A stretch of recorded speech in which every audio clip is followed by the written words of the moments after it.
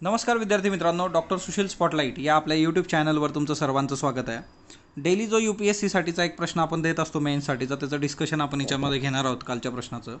तर spotlight writing फोरमवर तुम्ही तुमची उत्तरं लिहून देणं अपेक्षित आहे। स्पॉटलाइट रायटिंग फोरम हा टेलिग्रामवर आपला ग्रुप आहे आणि तो एक डिस्कशन फोरम आहे ते सर्वांसाठीचं।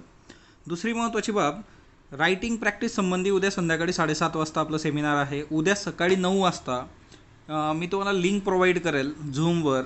इथिक्सचं इंट्रोडक्शनसुद्धा आहे, आपलं एक IAS फाउंडेशनची बॅच आहे, ओपन टू ऑल असणार आहे। त्याच्यामुळे जे लोक इंटरेस्टेड असतील त्यांनी ते डेमो लेक्चर केलेलं तरी चालणार आहे। तर आपला जो कालचा प्रश्न होता, what is the role of private hospitals in a situation like कोविड-19? कोविड-19 सारख्या सिच्युएशनमध्ये प्रायव्हेट हॉस्पिटलचं काय काम आहे?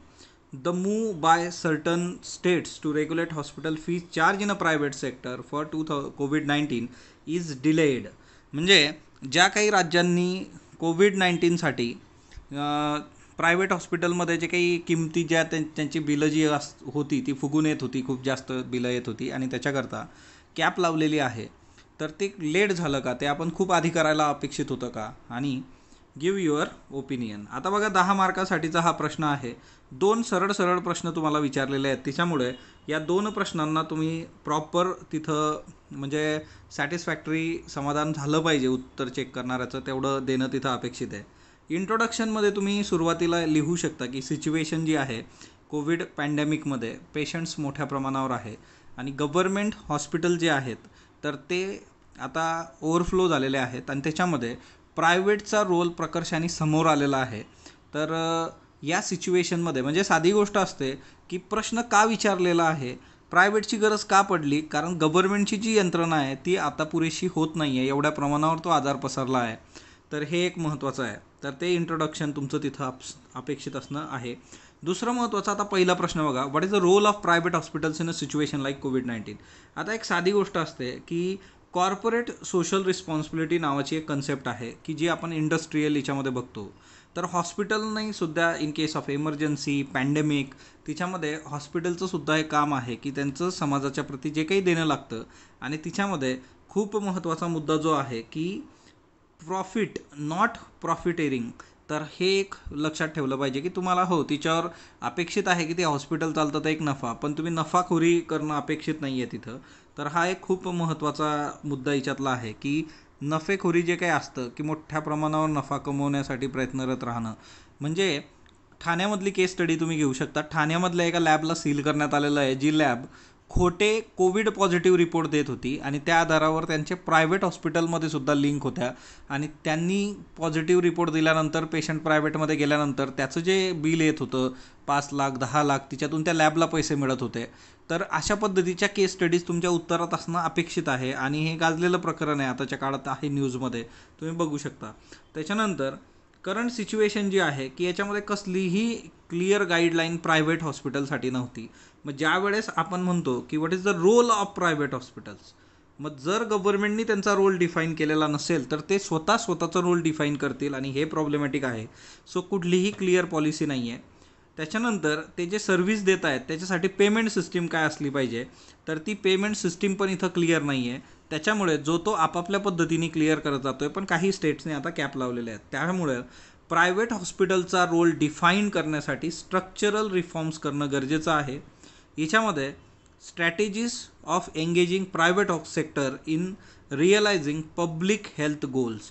पब्लिक हेल्थ गोल्स आपलं जे काही लोक म्हणजे समाजाच्या आरोग्यासाठीची ध्येय आहेत ती त्यांना रिअलाईज करून देणे आणि स्ट्रक्चरल रिफॉर्म्स आणणे हे फार गरजेचं आहे। म्हणजे आता जे पॅकेज दिलेलं आहे 2.1 लाख करोडचं पॅकेज आहे बघा, 2.1 CRचं पॅकेज हेल्थ सेक्टरसाठी।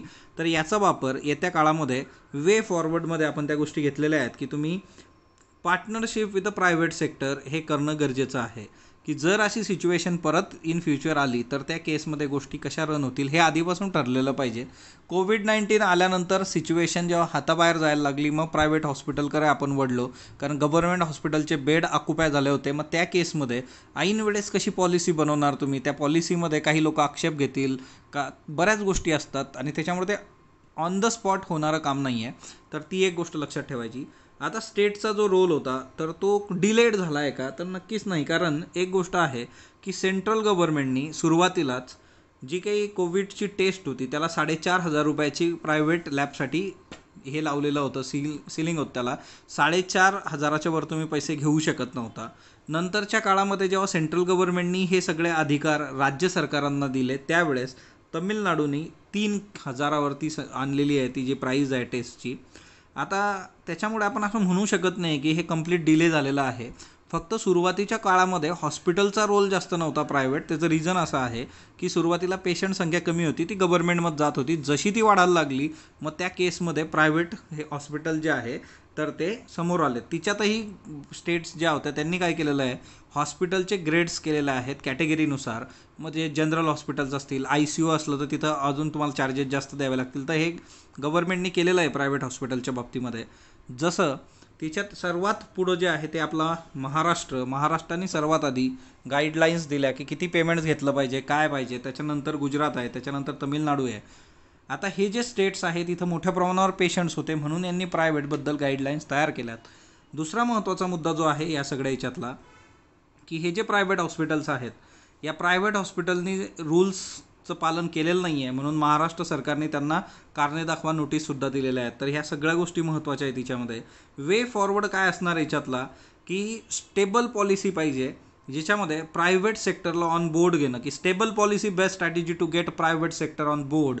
प्रायव्हेट सेक्टरला बरोबर घेण्यासाठी प्रॉपर स्टेबल सस्टेनेबल पॉलिसी, त्यांना rejuvenate partnership with the private सेक्टरबरोबर भागीदारी करणं आणि त्यासंबंधीच्या पॉलिसी करणं. आणि role of central intelligence system, जे काही IT इंटेलिजन्स आहे तर त्याचाही रोल इथं असला पाहिजे. जरी तुम्ही पॉलिसी केली तर ती खरंच इम्प्लिमेंट होते का प्रॉपर. लॅबकडून रिपोर्ट पॉझिटिव्ह केलेला आहे तो खरंच प्रॉपर गेला आहे की लॅबनी तिच्यामध्ये काही गडबड केलेली आहे. ते ज्या हॉस्पिटलमध्ये जातं आहे तिथल्या सगळ्या गोष्टी ज्या आहेत त्या अप टू डेट आहेत किंवा नाही का. जे बिलिंग आहे ते बिलिंग फुगवलं जातं आहे. तर याच्यासाठी सेंट्रल इंटेलिजन्स सिस्टमची सुद्धा मदत घेणं इथं अपेक्षित आहे. तर हे काही बेसिक पॉईंट्स होते ह्या सगळ्या प्रश्नाबद्दलचे. तर अशाच पद्धतीने गोष्टी आपण वर्क करत राहू स्पॉटलाईट बरोबर.